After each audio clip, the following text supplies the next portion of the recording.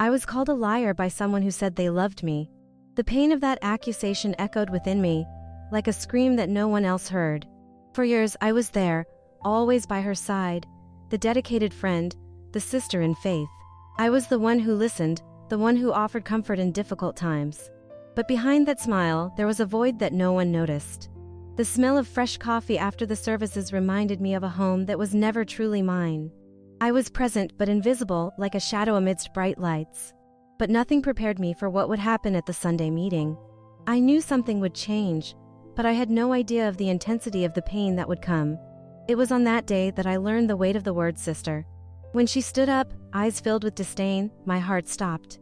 Her words cut like a knife. She's only here to cause trouble. She's a fake. I felt the ground disappear beneath my feet. The room was full of familiar faces, but suddenly, they were strangers, as if I was in a place where I never belonged. But there was something they didn't know. At that moment, something inside me woke up. With every word she said, a spark ignited. I wasn't the liar she said I was. I had a truth that needed to be revealed. What they didn't understand was that I was the silent strength behind everything. While everyone believed I was a fraud, my faith, even shaken, was what held the community together. They never knew that my devotion was genuine, that my love for them was real. I learned that silence is a form of resistance. As her words reverberated, I realized that the true pain wasn't in the rejection but in the revelation that the love I thought we shared wasn't real. Now looking back, I see that God knows what's in each person's heart. This experience taught me that even amid pain, there is an opportunity for renewal. True love isn't based on appearances, and each of us carries a story that deserves to be heard. If you have ever experienced something like this, you will understand the weight of an unfounded accusation. It takes courage to get back up after a fall. It's worth reflecting on this. How many times have we let the fear of judgment silence our truth? Sometimes, the greatest pain isn't being called a liar, but realizing that the love we believed we had was never real. If this story touched you, share it with someone who needs to hear it. Want to see more real stories like this? There's another one in the cards. I looked at the faces around me, each one reflecting a fragment of the story we built together. But, at the same time, I noticed the lack of understanding, the void that had settled between us. That accusation was not just about me. It was about everything that had been built and now threatened by a single voice. The sense of betrayal weighed on my chest, like an unbearable weight that kept me from breathing. I remember a specific moment when we were all gathered to celebrate a community achievement. The warmth of laughter, the smell of freshly baked cake, and the soft music in the background created an atmosphere of unity. I was there, serving as always, but I felt that behind my smile, there was a shadow growing. It was as if each laugh, each greeting, was distancing me a little more from reality. The love I thought I was sharing was turning into a mirage, an illusion that faded with each passing day. At that fateful gathering, the look of disapproval from everyone I loved and respected hit me like an arrow, and, for a moment, I wanted to scream. I wanted them to know the truth I held so deeply, but what could I say? How could I explain that what was between us was more than words and rituals? The connection I felt was real, even if it was invisible to everyone else. In the midst of this emotional storm, something started to transform within me, the pain of betrayal mixed with a new strength. A silent determination not to let myself be defined by a single statement. I was not the villain of that story, and even if my truth was not recognized, I knew I deserved to be heard. With each passing day, I realized that resistance was not just an act of rebellion but a cry for freedom. The freedom to be who I was, to embrace my own narrative without fear of retaliation. It was then that I decided I would no longer remain in the shadows. I began to open up, to share my perspective with those who were willing to listen.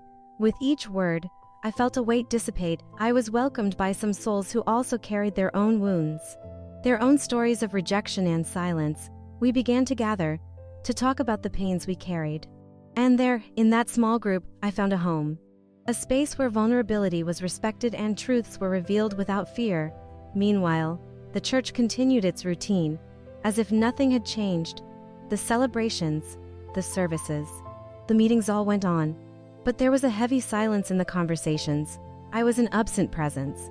Even when I was physically present, my sister's words still echoed, but now, instead of pain, they awakened resistance, I no longer needed their approval to validate my faith or my essence.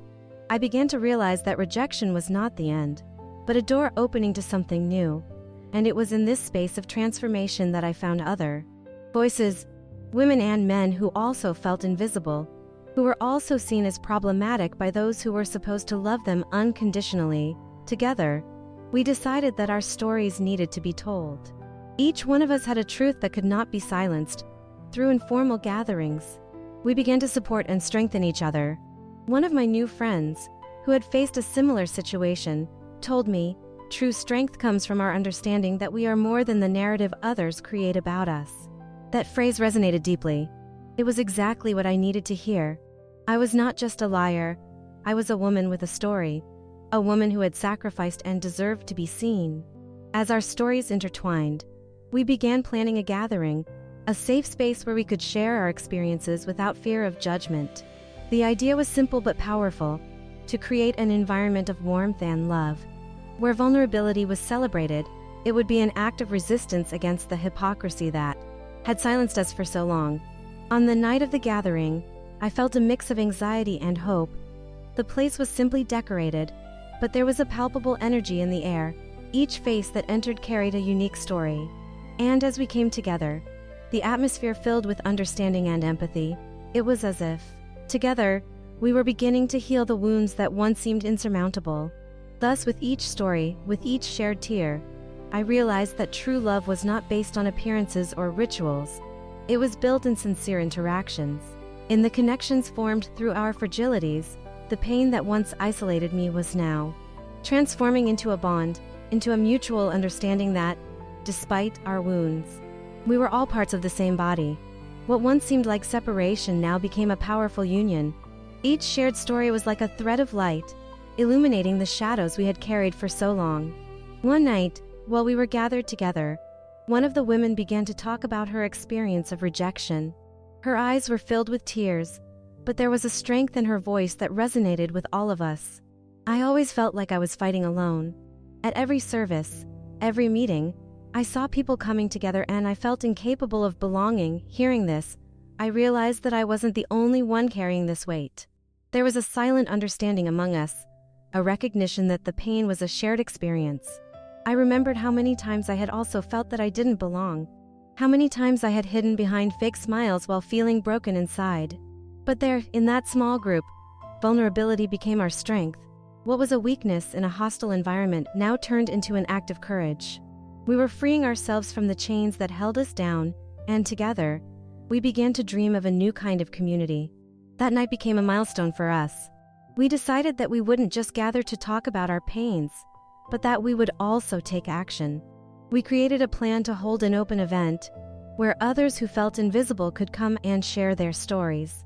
It was a bold act, but we felt it was necessary. We needed to show that the church, that space that should be a refuge, could also be a place of welcoming for those who felt marginalized. As the date of the event approached, anxiety began to grow. Questions piled up in my mind. What if no one shows up? What if people mock us? But at the same time, a flame of hope grew inside me. I believed that what we were doing was important. Creating a space where the truth could be told, where wounds could be exposed to the light, was a significant step. On the night of the event, the place was decorated simply, but there was a palpable warmth in the air. People began to arrive, and the room quickly filled with voices and laughter. When I looked at the faces around me, I realized that each person there carried a story, a baggage that deserved to be heard. The feeling of unity was overwhelming. We were a mosaic of experiences, each piece unique, but together forming something beautiful. When it was my turn to speak, my heart raced. I had rehearsed so many times, but now, looking at those faces, the words seemed to escape me. But then, I remembered everything I had been through, the pain that had shaped me, and the struggle we had faced together. I took a deep breath and began to speak. I'm here to tell a story, but also to hear yours. The story of a woman who was called a liar, but who found the truth in her pain. The words flowed, and the room filled with respectful silence. Each sentence I uttered brought with it a sense of liberation. I was no longer alone. Every glance I met expressed understanding and empathy. Together, we were breaking the cycle of silence that had imprisoned us. At the end of the event, The energy in the air was electrifying. People approached, sharing how they felt welcomed for the first time. A woman hugged me, her tears streaming down. Anne whispered, "I never thought anyone could understand what I went through." With each acknowledgement, my heart filled with hope. The love that had become a mirage was resurfacing among us, in a new form. Gradually, we began to meet regularly, not just to talk about our wounds, but to celebrate our victories. We created a support group where everyone could be heard without fear of judgment. It was a space of healing where voices that were once muffled now echoed freely. With each meeting, pain transformed into strength, and invisibility converted into presence. Over time, I realized that the real transformation was not just within me, but in all of us. As we shared our stories, the community began to change. Those who were quick to judge were now willing to listen. Empathy began to flourish, and the hypocrisy that had permeated the environment started to dissipate. There were still challenges ahead. It wasn't easy to change mindsets that had been entrenched for so long, but looking back, I realized that each step taken was a step towards freedom, the freedom to be who we really are, without masks. And so, we moved forward, not as victims, but as survivors. Our pain became the fuel for our transformation. Our meetings became sanctuaries of understanding, where vulnerability was not a sign of weakness, but a testament to courage. We began to explore not only the wounds we carried, but also the hopes we could still nurture. I remember one night in particular when we decided to share dreams. One of the men, who had become a dear friend, timidly raised his hand and said, "I dream of creating a space where everyone can feel welcome, regardless of their stories." That simple sentence lit a spark in all of us. What once seemed like a distant utopia now became a tangible possibility. Each of us began to sketch out what that space could be, imagining a place where authenticity was celebrated and wounds, instead of dividing us, united us.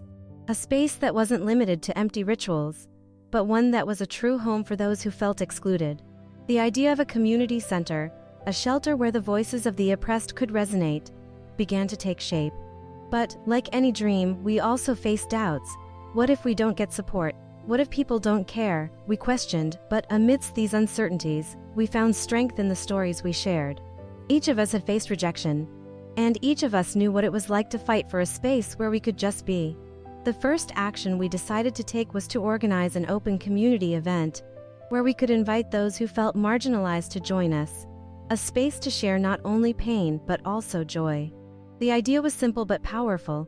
Invite the community to listen and connect with stories that had previously been silenced. The preparation for this event was intense. Each of us got involved in different tasks, from publicity to organizing the space. The energy was contagious. With each meeting, each planning session, we felt that we were shaping something much bigger than ourselves. We were building a future where acceptance would be the norm, not the exception. When the day of the event finally arrived, the nervousness was palpable. People began to come in, and the room soon filled with new and familiar faces. The air was charged with expectation and a little bit of fear. What if no one shows up? I thought, but looking around, I realized that we were already many. Each one there brought with them a piece of what it means to be human. During the opening, one of our most eloquent friends took the stage. He started talking about the importance of creating a safe space for everyone.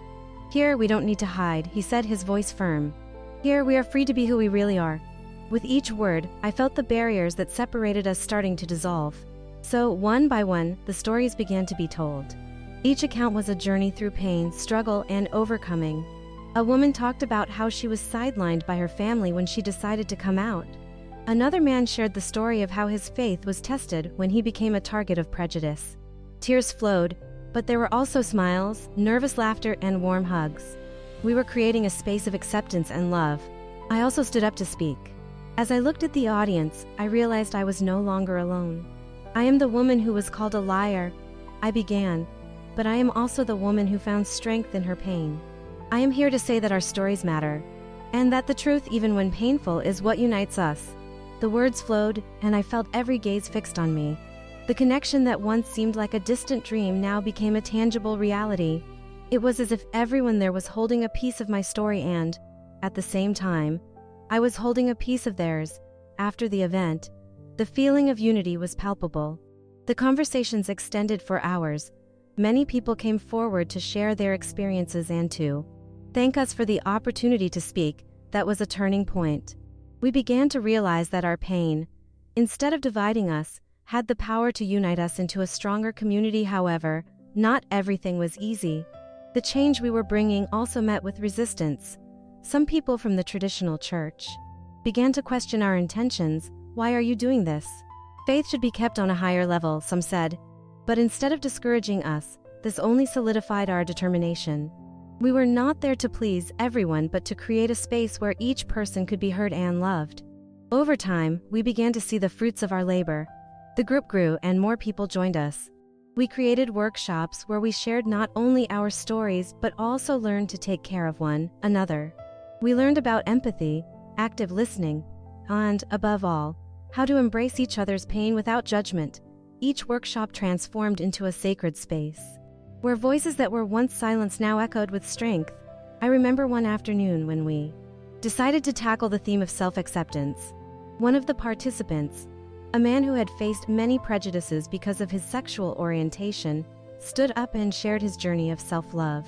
It took me a long time to understand that I didn't need anyone else's approval to be who I am, he said, with tears in his eyes. That sentence resonated with me and everyone present. It was a powerful reminder that acceptance begins from within.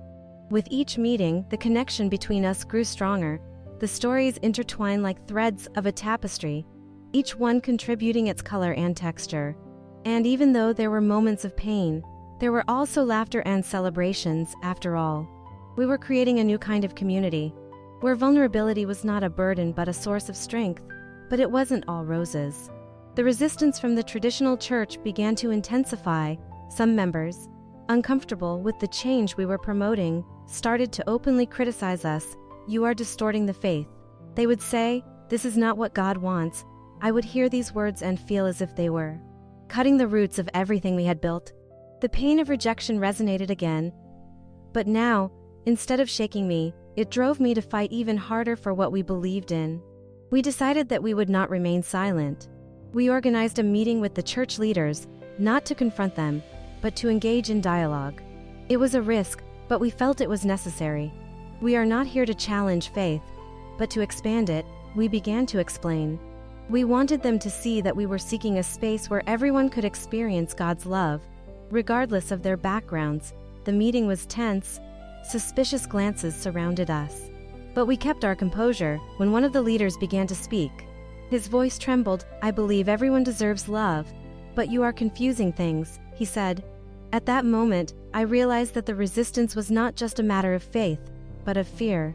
Fear of the unknown, of the different. I was overtaken by an impulse and asked to speak. I understand that this may seem like a threat, but we are here to show that diversity is also an expression of God's love. Each of us carries a truth, and these truths do not need to be opposed. We can coexist. The words came out with a sincerity that I did not expect. The silence that followed was heavy, but there was something in the air, a small crack in the resistance. Some members began to look at each other as if, for the first time, they were questioning their own beliefs. However, the response was not immediate. The meeting ended without a consensus, but I knew I had planted a seed.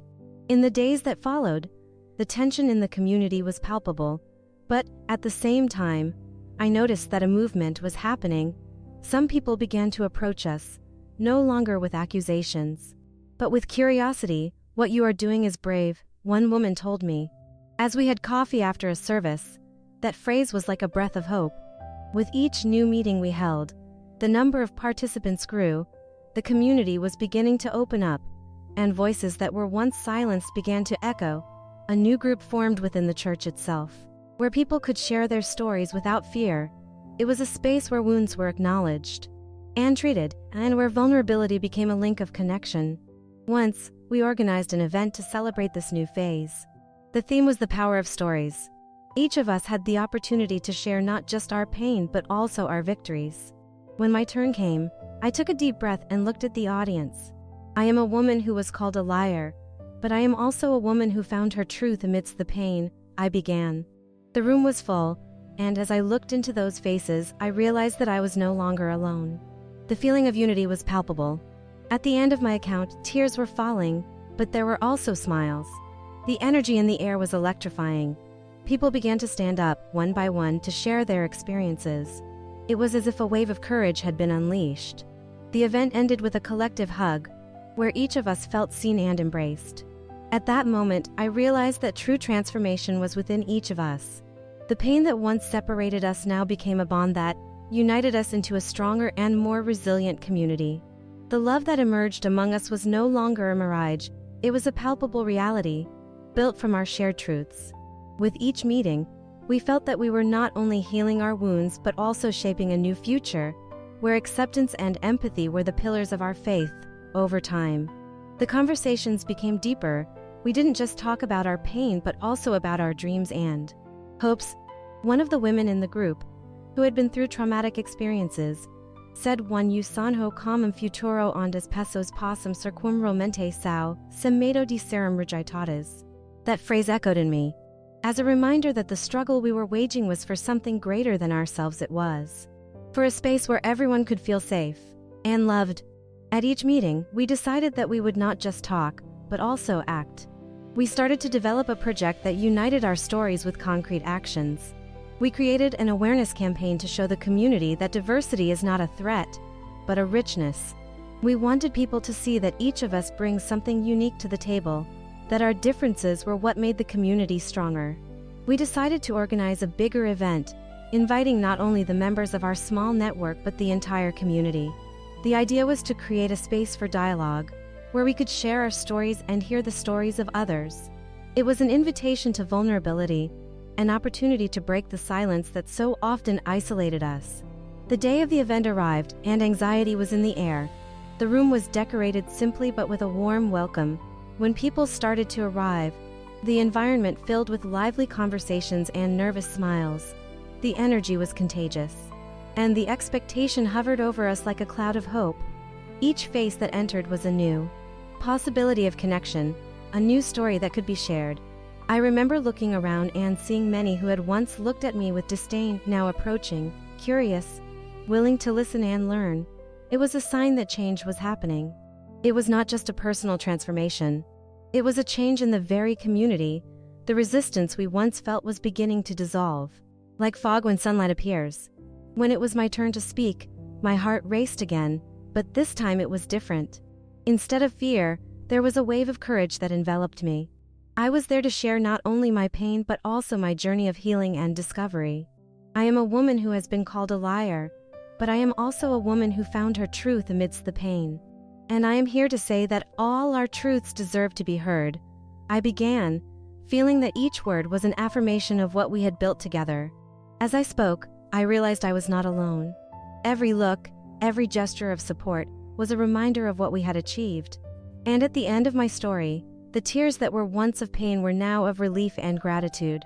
That room was not just a physical space. It was a sanctuary where each of us could be seen and heard. After my speech, others began to stand up, sharing their stories of pain and overcoming. Each story was a new piece of the puzzle that we were assembling together. One woman talked about how she had been rejected by her family, another about how faith had guided her in moments of despair.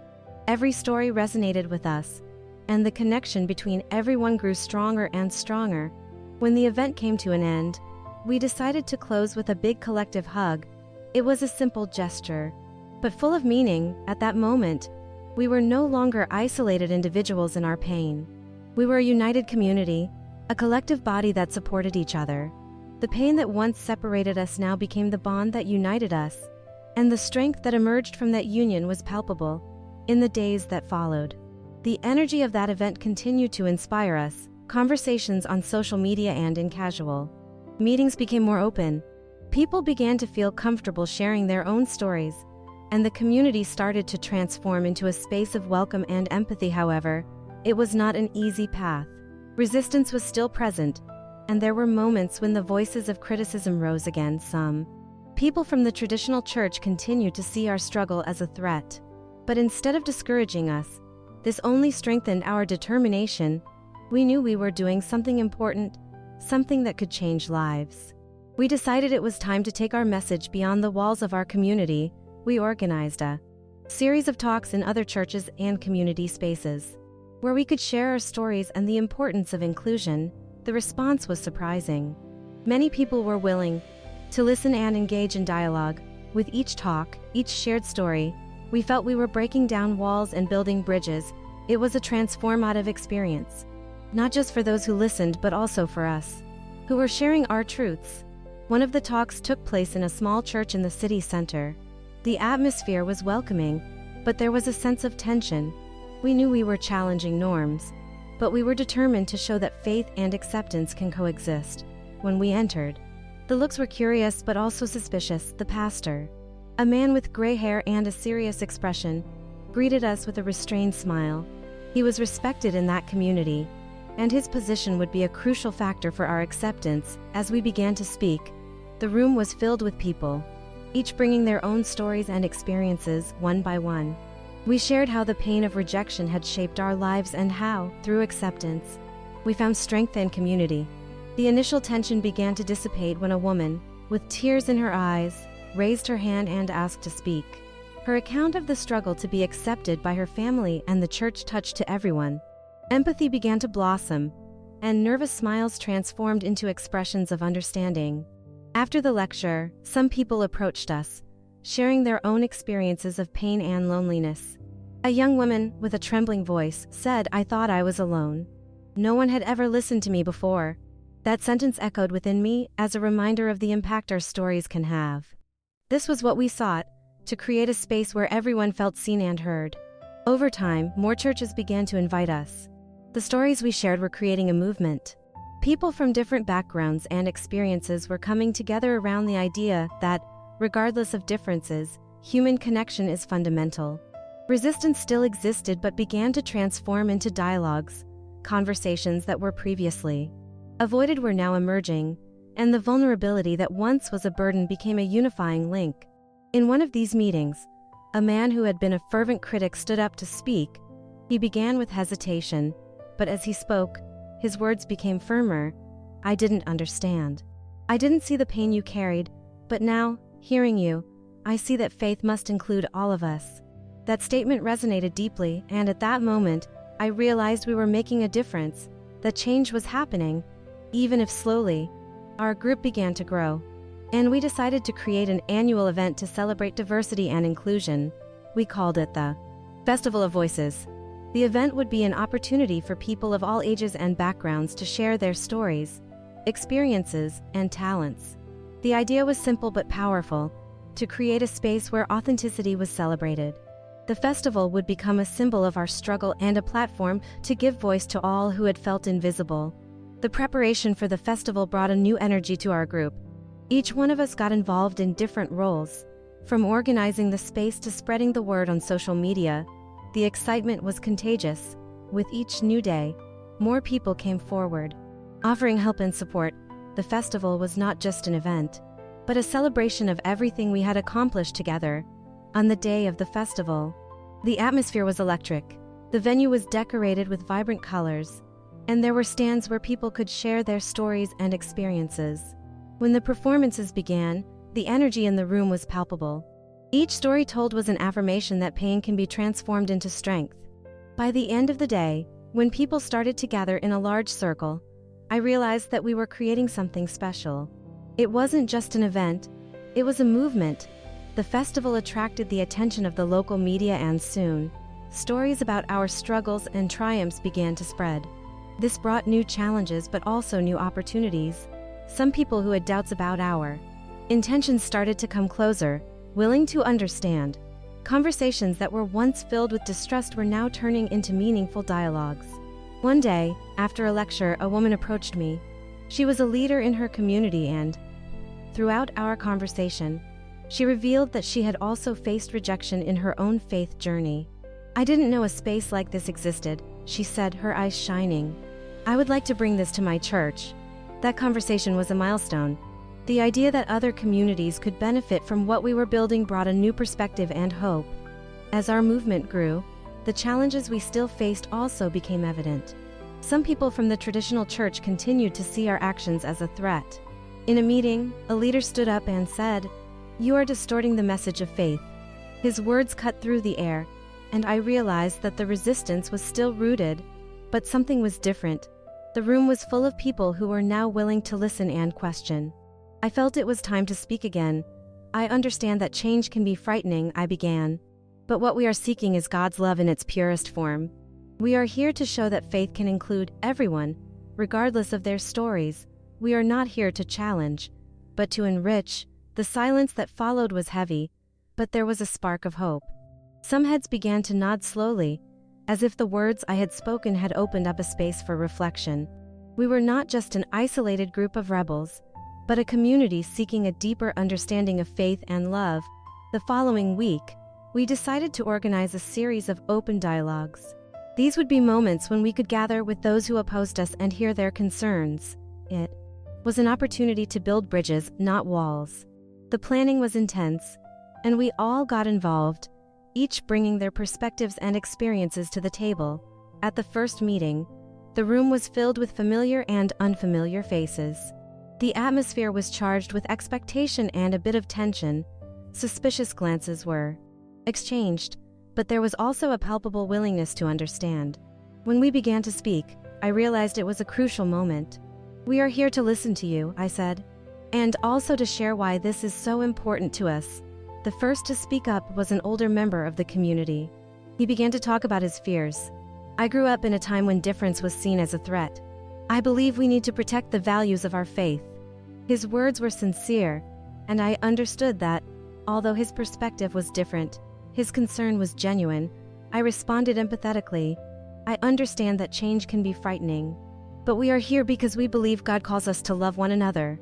Regardless of our differences, we are not trying to erase faith, but to expand it." The conversations continued, and to my surprise, many began to share their own experiences of pain and rejection. Vulnerability was creating a space for connection, and the barriers began to crumble. At one of the meetings, a young woman, visibly nervous, stood up and said, "I have always been afraid of being rejected because of my sexual orientation. I thought I could never be accepted, even by God." The silence that followed was profound. Her courage in opening up touched all of us.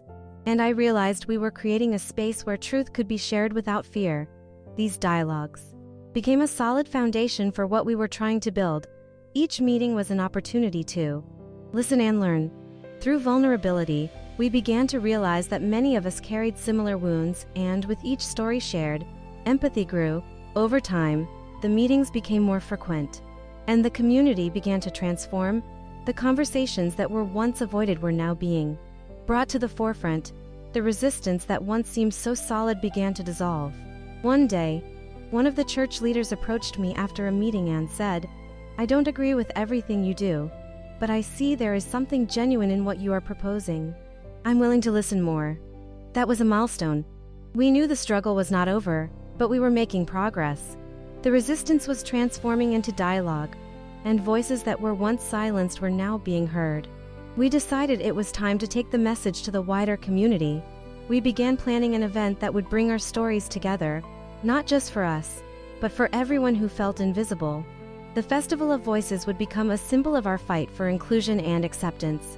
The preparation for the festival was intense. Each of us got involved in different tasks, and the energy was contagious. The event would not only be a platform to share our stories, but also a celebration of diversity. We created a space where everyone could be heard, where authenticity would be celebrated. The day of the festival arrived, and the atmosphere was electric. The venue was decorated with vibrant colors, and there were stands where people could share their stories and experiences. When the presentations began, the energy in the room was palpable. Each story told was an affirmation that pain can be transformed into strength. Listening to each account, I realized we were creating something extraordinary. It wasn't just an event. It was a movement. That day, the pain that had once separated us now became the bond that united us, and the strength that emerged from this union was palpable. After the festival, the feedback was overwhelming. People started connecting with each other, and the stories we shared. Conversations extended for days, and the energy of the festival reverberated through the community, bringing forth a deeper desire for change. Many approached us, eager to learn more and understand how they could get involved. The space that once seemed hostile was beginning to transform into a welcoming haven.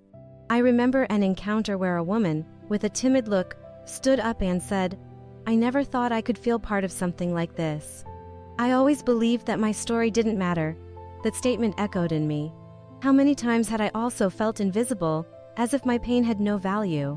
But there, at that moment, there was a collective recognition that every story, every wound mattered. As time went on, we decided to create a more structured support group, a space where people could come not only to share their pain but also to support each other. The idea was simple: to create a safe environment where everyone could be authentic, without fear of judgment. With each meeting, the voices that were once silenced began to echo louder. It was like we were building a symphony where each note, each experience, contributed to a greater melody. The meetings became moments of transformation. One night, a man from the group, who always seemed so serious, shared how rejection had deeply affected him. He talked about the nights he felt alone, seeking a place where he could be accepted. At the end of his speech, he looked at us and said, "I don't want to live in the shadow anymore. I want to be seen." That statement resonated like a mantra, and we all felt the depth of his struggle.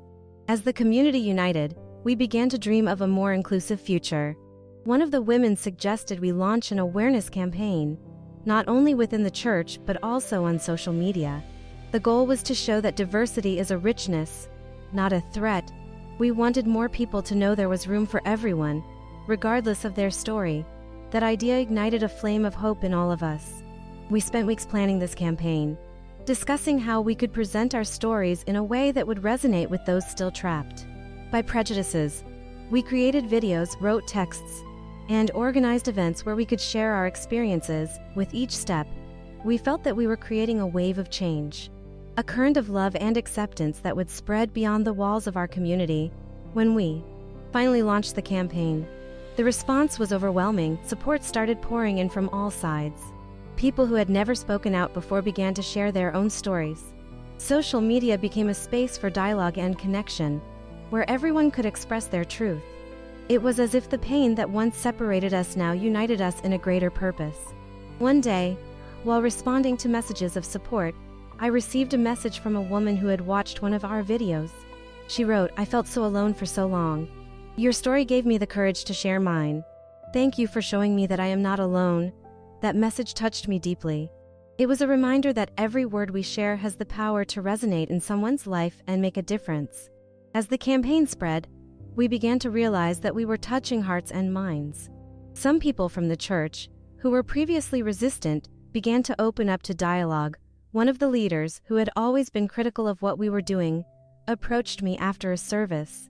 He said, "I didn't understand, but now I see that what you are doing is important. I want to hear more." That conversation was a sign that we were breaking down barriers and that change was beginning to happen. Over time, the idea of a permanent space to welcome those who felt invisible began to gain strength. We dreamed of a community center, a place where all voices could be heard and respected.